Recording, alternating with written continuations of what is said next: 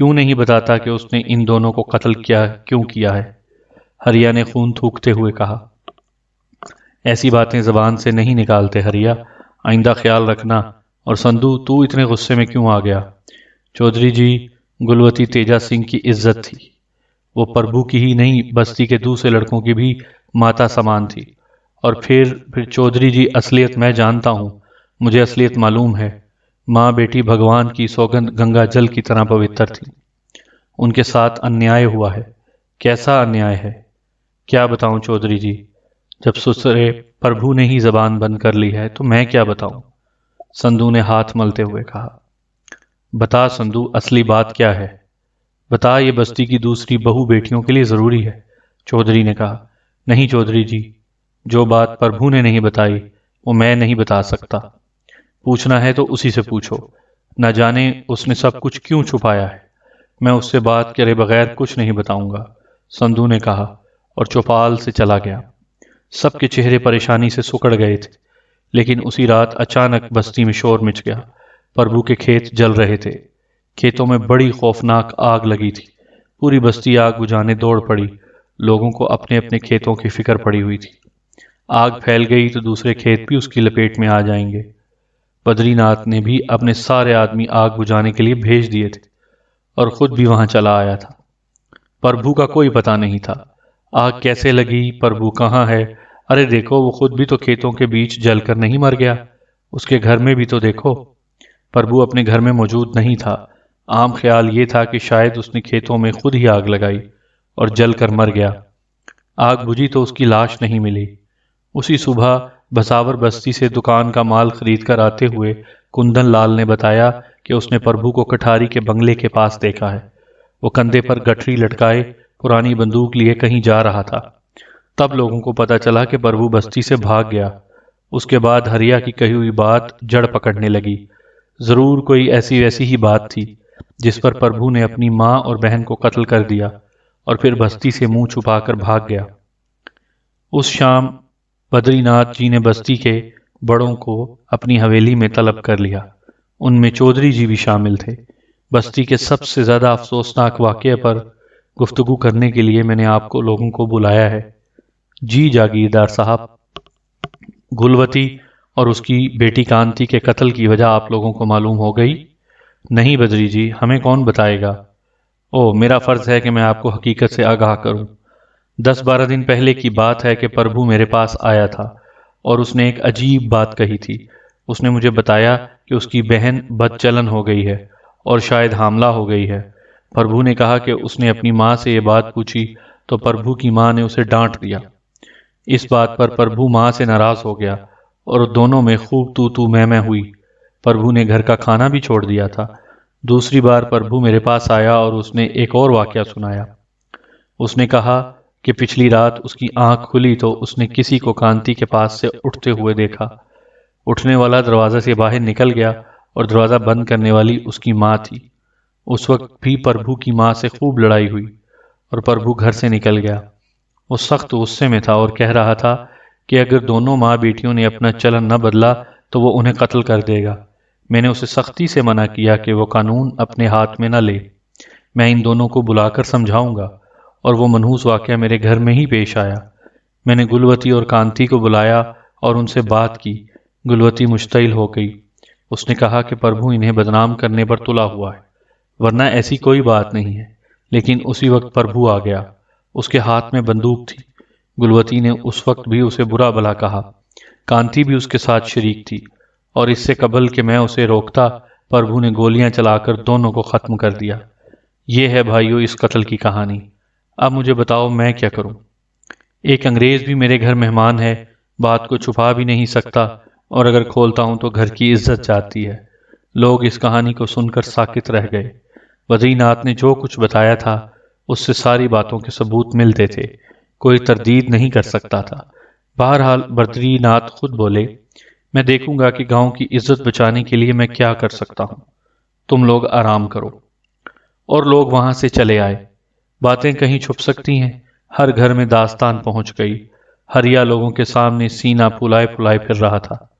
اب پوچھو اس سسرے سندھو سے، ہم نے کہا تو مارنے لگا ہمیں، چودھری جی ہرجانہ لیں گے ہم بھی۔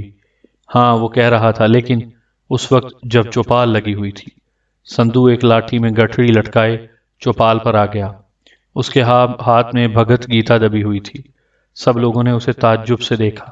کہاں جا رہے ہو سندو؟ کہاں کی تیاریاں ہیں؟ ہاں چودھری جی، چھتروالی سے دل اٹھ گیا، بستی چھوڑ کر جا رہا ہوں۔ کیوں، کہاں جا رہے ہو؟ بس جہاں بھاگ لے جائیں، وہ اداسی سے بولا۔ اور تمہارے کھیت؟ کرم چاچا کو دے دیے ہیں، ان کا قرضہ تھا ہمارے اوپر، سو اتار دیا۔ 100 روپے لے لیے ہیں ان سے اور انگوٹھا لگا دیا ہے۔ مگر سندو، تم کیوں جا رہے ہو؟ بڑا انیائے ہونے لگا ہے اس گاؤں میں۔ اب جیتے تو جیتے، مردوں کو بھی لوگ نہیں چھوڑتے ہیں۔ دیکھو چودھری جی، یہ گیتا ہے ہمارے ہاتھ میں، ہم پڑے ہوئے نہیں ہیں، پر یہ ہمارا دھرم ہے۔ اسے ہاتھ میں لے کر ہم سوگند کھاتے ہیں کہ بدری ناتھ جی نے جو کچھ کہا ہے جھوٹ کہا ہے۔ بات یوں تھی کہ کانتی روٹی دینے جا رہی تھی پربھو کو۔ پھر کیا ہوا یہ ہم نے اپنی آنکھوں سے نہ دیکھا، مگر پھر چاچی گلوتی چیختی ہوئی ہمارے کھیت میں آئی۔ اس نے روتے ہوئے کانتی کے بارے میں پوچھا۔ ہم نے کہا ہمیں خبر تو نہیں۔ تو اس نے روٹی کے برتن دکھائے ہمیں اور بولی کہ یہ ہمارے کھیت میں پڑے ملے ہیں۔ ہمارے کھیت کی بالیاں بھی کچھ کچلی ہوئی تھیں جو پورن کے باغ تک گئی تھیں، وہاں بیل گاڑی کے نشانات بھی تھے۔ جب ہمیں یاد آیا کہ ہم نے اسی سمے اگھوری لال اور بدری جی کے دوسرے کچھ آدمیوں کو بھوسا گاڑی لیے یہاں کھڑے ہوئے دیکھا تھا، چاچی گلوتی ہمیں سوگند دے گئی کہ ہم پر پربھو کو کچھ نہ بتائیں، پر ہم نے اسے بتا دیا اور پربھو کھیت چھوڑ کر آ گیا۔ اس کے بعد آپ کو معلوم ہے کہ دونوں لاشیں زمیندار کی حویلی سے آئی تھیں۔ بھائیو، ہم نے جو کچھ کہا وہ گیتا پر ہاتھ رکھ کر کہا ہے۔ جھوٹ بولے ہوں گے سو ہم جانیں اور بھگوان جانے۔ تم لوگ اپنے من سے یہ بات نکال دو کہ دونوں گندی تھیں۔ یہ ہو بھی نہیں سکتا، کہیں چوہان خون بھی خراب ہوا ہے۔ جے رام جی کی۔ سندو واپس پلٹ پڑا۔ سب کی سانس اوپر کی اوپر، نیچے کی نیچے رہ گئی تھی۔ پربھو نے ابراہیم کے گھر کے دروازے پر دستک دی۔ ابراہیم، جو کہ گاؤں کے زمیندار کے ہاں نوکر ہو گیا تھا، دونوں کی بچپن کی دوستی تھی اور اکثر ان کی ملاقاتیں ہوتی رہتی تھیں۔ ابراہیم کے والدین بچپن میں ہی مر چکے تھے اور والدین کی موت کے بعد اس کے چچا نے اس کی پرورش کی تھی۔ چچا کے مرنے کے بعد ان کا گھر ابراہیم کو مل گیا تھا اور اس کے ساتھ ہی اس نے زمیندار کے ہاں نوکری بھی کر لی تھی۔ بچپن ہی سے وہ سنجیدہ اور زیرک تھا۔ کچھ نمایات خصوصیات کی وجہ سے زمیندار کے ہاں اس کی عزت بھی تھی۔ وہ بہترین تیراک، گھڑ سوار اور شکاری تھا۔ اس کی نشانہ بازی کی دور دور تک دھوم تھی۔ بڑے بڑے سورما اس کے سامنے آنے سے کتراتے تھے اور اس کا نام سن کر خاموش ہو جاتے تھے۔ پچھلی بار ان کی ملاقات 1 سال پہلے ہوئی تھی، جب ابراہیم کام سے چھتروالی آیا تھا۔ ابراہیم نے دروازہ کھولا اور پربھو کو دیکھ کر خوشی سے اچھل پڑا۔ دوسرے لمحے وہ اس کے گلے لگ گیا تھا اور پھر وہ بڑے پیار سے اسے اندر لے گیا۔ تمہیں یہاں آنے کی فرصت کیسے مل گئی پربھو؟ تمہارے کھیتوں نے تمہیں کیسے چھوڑ دیا؟ میرے پاس تو اب فرصت ہی فرصت ہے ابراہیم، سارے دروازے ختم ہو گئے۔ پربھو نے مسکراتے ہوئے کہا۔ کیا مطلب؟ بھگوان نے سارے بوجھ کندھوں سے ہٹا لیے۔ ایک ماں اور بہن کی ذمہ داری تھی، سو وہ بھی ختم ہو گئی۔ شادی کر دی کانتی بہن کی میرے بغیر؟ شادی ہوتی تو تمہارے بغیر کیسے ہوتی؟ بھگوان نے انہیں اپنے پاس بلا لیا، پربھو نے کہا، اور ابراہیم سکتے میں رہ گیا۔ کیا مطلب؟ کیا مطلب ہوا پربھو اس بات کا؟ خدا کے لیے مجھے بتاؤ۔ بڑی دیر کے بعد وہ پریشانی کے انداز میں بولا۔ مر گئیں وہ دونوں، اور ان کی موت کے بعد میں نے کھیتوں میں آگ لگا دی اور تمہارے پاس چلا آیا۔ کیسے مر گئیں پربھو؟ ماں جی کیسے مر گئیں؟ گولی مار دی انگریز نے انہیں۔ کانتی بھی اس کے ہاتھوں ماری گئی، پربھو بولا، اور پھر اس نے پوری کہانی ابراہیم کو سنا دی۔ ابراہیم کی آنکھیں غصے سے دہکنے لگی تھی، پھر اس کی آواز گلو گیر ہو گئی، اس کی آنکھوں میں نمی تیرنے لگی۔ تم نے گھر نہیں پھونک دیا ان لوگوں کا، مارا نہیں اور ان پاپیوں کو؟ وہ رونے لگا اور پربھو وحشت زدہ انداز میں اٹھ کھڑا ہوا۔ آنسو نہ نکلیں ابراہیم، بھگوان کی سوگند، آنسو نہ نکلیں تیری آنکھوں سے، ورنہ آنکھیں پھوڑ دوں گا۔ سسرے، یہی دوستی ہے نا تیری؟ روتا ہے کمینے عورتوں کی طرح؟ ایک آنسو نہیں بہایا میں نے ان کی لاش پر۔ تو جانتا ہے، اچھی طرح جانتا ہے، یہ سسرے آنسوؤں کی آگ بھی بجھا دیتے ہیں، اور آگ بجھ جائے تو کھیل نہیں ہوتا۔ تو نہیں روئے گا ابراہیم؟ اگر تو رویا میں سمجھوں گا کہ تو مجھ سے معافی مانگ رہا ہے، کہہ رہا ہے کہ یہاں سے چلا جا بھائی، میں کمزور آدمی ہوں، ہمارے سنسار میں تجھے ہی دوست سمجھ کر تیرے پاس آیا ہوں، صرف اس لیے ابراہیم کہ تو نے مجھے سوگند دی تھی کہ کوئی کام تیرے مشورے کے بغیر نہیں کروں گا۔ اب رو رہا ہے زنانیوں کی طرح۔ پربھو کی آواز میں بادلوں کی گرج تھی، ایک ایسے طوفان کی نشانیاں چھپی ہوئی تھیں جو زمین کو بے بس کر دیتا ہے، روئی کی طرح دھنک کر رکھ دیتا ہے، اور پھر اس طوفان کی زد سے کوئی نہیں بچتا۔ ابراہیم نے آنسو پونچھ دیے اور بادلوں کی گڑ گڑاہٹ دوبارہ ابھری۔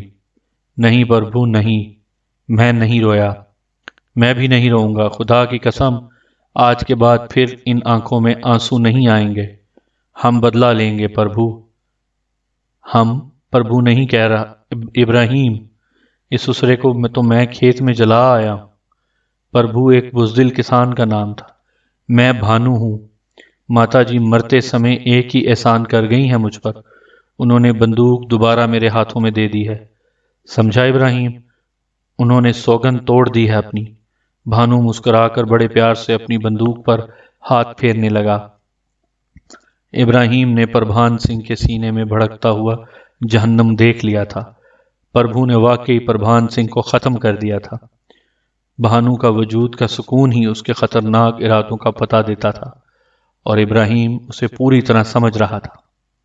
دونوں دوست خاموش بیٹھے رہے، پھر ابراہیم نے مسکراتے ہوئے کہا، ماں اور کانتی بہن مر گئیں، پربھو بھی مر گیا، اور یہ اچھا ہی ہوا۔ خدا کا شکر ہے کہ میں بھی کسی بوجھ تلے دبا ہوا نہیں ہوں، میں بھی آزاد ہوں۔ اب ہمارا راستہ ایک ہی ہوگا، اب ہمیں بہت سے اہم فیصلے کرنے ہیں ابراہیم۔ بات صرف اس سسرے بدری ناتھ یا اس پاجی انگریز کی نہیں ہے، پورے ہندوستان میں جگہ جگہ بدری ناتھ بکھرے ہوئے ہیں۔ ایسا کرو ابراہیم، جہاں بھی کوئی بدری ناتھ نظر آئے ختم کر دو، آج سے ہمارا تمہارا یہی کام رہ گیا ہے۔ ٹھیک کہتے ہو، ابراہیم نے کہا، تمہیں اس کام میں میرا ہاتھ بٹانا ہوگا۔ یہ بھی کوئی کہنے کی بات ہے بھانو، مجھے تو پربھو سے بھی پریم تھا، میرے پربھو کو مار دیا گیا، اس کا بدلہ بھی تو لینا ہے مجھے، اور پھر بھانو میرا دوست ہے، میں اسے تنہا کیسے چھوڑ سکتا ہوں؟ دونوں ایک دوسرے کو دیکھ کر مسکرائے اور ایک نئے عزم کے ساتھ منصوبے بنانے لگے۔ 3 دن تک وہ اپنے منصوبوں پر بار بار غور کرتے رہے۔ انہوں نے فیصلہ کیا کہ اس نیک کام کی ابتدا بدری ناتھ کے خون سے ہونی چاہیے، پھر اس کے بعد ان کا ہدف انگریز ہوں گے۔ چوتھی شام جبکہ آسمان پر بادل جھکے ہوئے تھے، وہ چھتر والی کی طرف چل پڑے۔ ابراہیم نے 2 گھوڑے، 2 12 بور کی بندوقیں اور بے شمار کارتوس حاصل کر لیے تھے۔ اس نے اپنے ہی زمیندار کے یہاں ڈاکہ ڈال کر یہ تمام چیزیں حاصل کی تھیں۔ ڈاکہ اتنی خاموشی سے ڈالا گیا کہ کسی کو کانوں کان خبر تک نہ ہوئی، کیونکہ ابراہیم وہاں کے ہر بھید سے واقف تھا، اور گھر بھی ان دنوں مکینوں سے خالی تھا۔ شام کے دھندلکے میں وہ چھتر والی کی طرف امڑے چلے آ رہے تھے۔ پروگرام کے مطابق انہیں دھولا رام تیلی کے ہاں قیام کرنا تھا۔ جب وہ چھتر والی میں داخل ہوئے تو رات ہو چکی تھی، ہلکی ہلکی بارش ہو رہی تھی، اور بستی سنسان پڑی تھی۔ آوارہ کتے بھی کہیں دبک گئے تھے، بس کہیں کہیں چراغ ٹمٹما رہے تھے۔ وہ دھولا رام کے گھر کے وسیع احاطے میں داخل ہو گئے، جس کے درمیان ایک جھونپڑی تھی۔ اس جھونپڑی میں وہ اپنی اس 80 سالہ ماں کے ساتھ رہتا تھا، اس کی بوڑھی ماں کے سوا کوئی نہیں تھا۔ وسیع و عریض احاطے میں کئی درخت کھڑے تھے، ایک سمت کولو نظر آ رہا تھا، بیل بندھے ہوئے تھے، ایک درخت سے انہوں نے گھوڑے باندھ دیے، اور پھر دونوں جھونپڑی کے دروازے میں آ کر کھڑے ہوئے۔ آواز دینے پر دھولا رام باہر نکل آیا اور تاریکی میں آنکھیں پھاڑنے لگا۔ کون ہو بھائی، کیا بات ہے؟ اس نے پوچھا۔ بھانو چوہان ہوں۔ دھولا رام، پہچانا مجھے؟ بھانو بولا۔ ہم نہ پہچانے بھائی، کون ہو بھانو؟ چلو کوئی بات نہیں، ویسے ہمیں تم سے کچھ کام تھا، کیا یوں ہی بارش میں کھڑے رہنے دو گے؟ آؤ آؤ، جھونپڑی تو بہت چھوٹی ہے،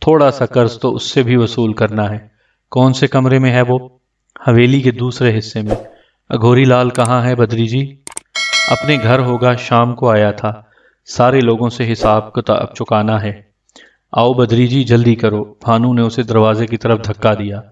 سائمن نشے میں دھت پڑا تھا۔ جھنجھوڑنے پر بھی اس کی آنکھ نہ کھلی تو بھانو نے اسے مردہ کتے کی طرح ایک ٹانگ سے پکڑ کر بدری ناتھ کے کمرے میں گھسیٹ لیا۔